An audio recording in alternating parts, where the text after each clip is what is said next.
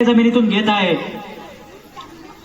तर हे जोपर्यंत आपण करणार नाही, आदिवासी म्हणून आपल्याला जे जे अधिकार हक्क भारतीय संविधानाने दिलेले आहे ते तर आपल्याला घ्यायचेच आहे, परंतु आपला जे जमीन आपल्या ताब्यात आहे, जिच्यावर आपण शेती करतो, ते शेतीमध्ये आपल्याला आदिवासी शेतकरी म्हणून सन्मान मिळत नाही, तोपर्यंत आपण आपला आवाज बुलंद केला पाहिजे। आमच्या शेतीमध्ये जे जे आम्ही हमीभाव, आपल्या शेतीला भाताला हमीभाव मिळावा, नागलीला हमीभाव मिळावा, ज्वारीला हमीभाव मिळावा, अशा प्रकारची मागणी कधी ऐकली का हो तुम्ही? अशा प्रकारची मागणी नाही। द्राक्षाला भाव मिळावा, कांद्याला भाव मिळावा, अशा प्रकारच्या मागण्या अनेक झालेल्या आहे, परंतु आमचा शेतकरी जो आदिवासी शेतकरी आहे तो भात पिकवतो, नागली पिकवतो, वरळी पिकवतो, त्याच्यासाठी कधी संघर्ष होताना दिसत नाही।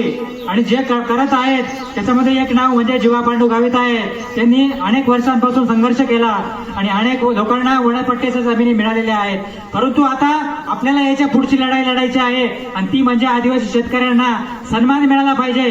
तो सन्मान कशासाठी? तर शेतकरी म्हणून सन्मान मिळाला पाहिजे, त्याच्यासाठी हे आम्ही अभियान, आदिवासी शेतकरी जे अभियान आहे ते राबवण्याचं काम करत आहोत। कारण जोपर्यंत आता 1990ला